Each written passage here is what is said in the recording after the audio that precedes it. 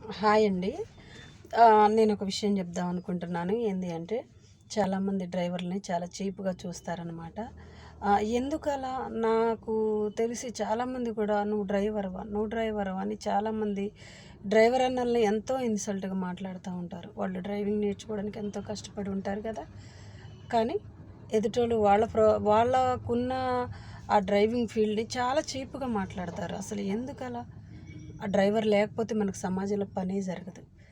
ఎందుకు అంటే ఎంత కేర్‌ఫుల్‌గా చేయాలి, ఎంత కాన్సంట్రేషన్ చేయాలి. రోడ్డు మీద వెళ్ళేటప్పుడు అదే బస్ డ్రైవర్ అనుకోండి, చాలా కాన్సంట్రేషన్‌తోని ఆ బస్‌లో ఉన్న 200 మంది కావచ్చు, 100 మంది కావచ్చు, 150 మంది కావచ్చు, ఎంతమందినైనా సరే వాళ్ళ గమ్యానికి చేర్చాలి.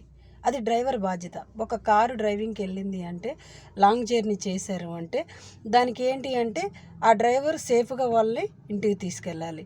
ఒక ఆటోనే కాదు, కారే కాదు, బస్సే కాదు, రైలే కాదు, ఎవ్వరైనా సరే డ్రైవర్ లేనిది మనకు పని జరగట్లేదు.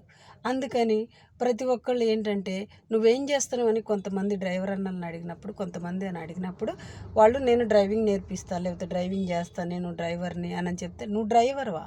నువ్వు డ్రైవర్‌వా? డ్రైవింగా చేసేది?" అని చాలా చీప్‌గా చూస్తారు. ఎందుకలా?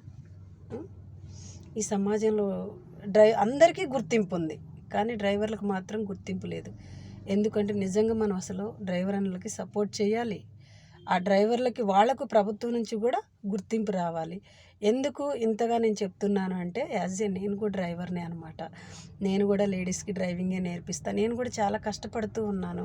ఆ డ్రైవింగ్ ఫీల్డ్‌లోనే ఉంటున్నా. నా కష్టం ఏందో నాకు తెలుసు, ఆ బాధ ఏందో నాకు తెలుసు. ఎంత కేర్‌ఫుల్‌గా ఉంటే డ్రైవింగ్ నేర్పిస్తామో కూడా నాకు తెలుసు. అందుకని డ్రైవర్‌లని ఎవ్వరు ఇన్సల్ట్ చేసి మాట్లాడొద్దు దయచేసి. వాళ్ళకి సపోర్ట్ చేయండి.